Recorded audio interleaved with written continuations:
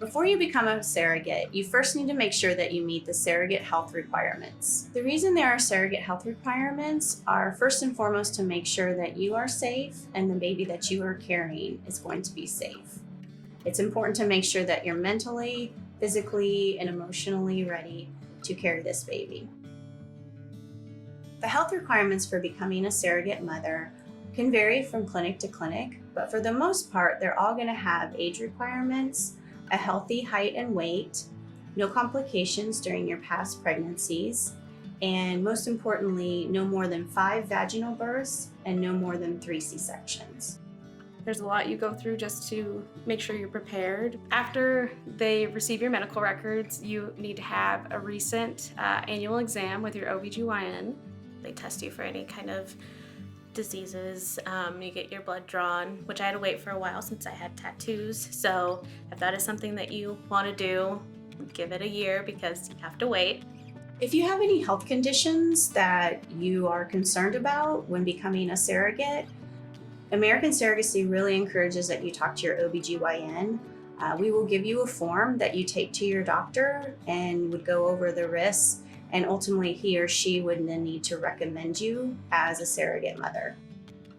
If you've just had a baby and you're thinking about becoming a surrogate, please know that the clinics require that you are 12 months postpartum before you can transfer. If you're breastfeeding and thinking about becoming a surrogate, make sure that you stop before you fill out the paperwork and send it in. Breastfeeding does affect your menstrual cycle, so that is something that needs to be regulated before you think about becoming a surrogate. If everything is cleared by their nurses or doctor on staff, you will have a psychological evaluation where you sit down with a psychiatrist and they go over questions about more in-depth things about the surrogacy process. And the psychological evaluation, which both my husband and I had to go to, we had to do a couples session and do a personality exam. And then after that, I went to the clinic, the fertility clinic, and they kind of made sure that everything was ready to go, everything was healthy. If you do not have insurance that covers surrogacy pregnancy, that is okay. You can still become a surrogate. The intended parents are required to purchase necessary coverage for you and the baby. American Surrogacy will work with you, the intended parents, and insurance providers to make sure that you are covered.